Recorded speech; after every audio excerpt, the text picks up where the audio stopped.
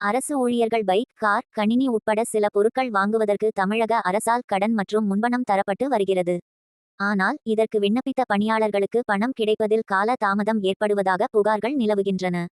இதை சரி செய்து கடனுதவியை துரிதமாக வழங்குவதற்கான பணிகளை கருவூலம் மற்றும் கணக்குத்துறை மேற்கொண்டுள்ளது. இதுகுறித்து பள்ளிக்கல்வித்துறை இயக்குநரகத்தின் நிதி கட்டுப்பாட்டு அலுவலகம் சார்பில் அனைத்து மாவட்ட முதன்மை கல்வி அலுவலர்களுக்கு அனுப்பப்பட்டுள்ள சுற்றறிக்கை விவரம், கருவூலம் மற்றும் கணக்குத்துறை இயக்குநரின் கடிதத்தில் நடப்பு நிதியாண்டுக்கு 2025 முதல் 26 வரை கடன் மற்றும் முன் பணத்துக்கான வாகனம், கணினி நிதி ஒதுக்கப்பட்டுள்ளது. நிதி ஒதுக்கீடு பெறுவதற்கான கடிதம் அனுப்ப பின்பற்ற வேண்டிய நடைமுறைகள் குறித்தும் கூறப்பட்டுள்ளது.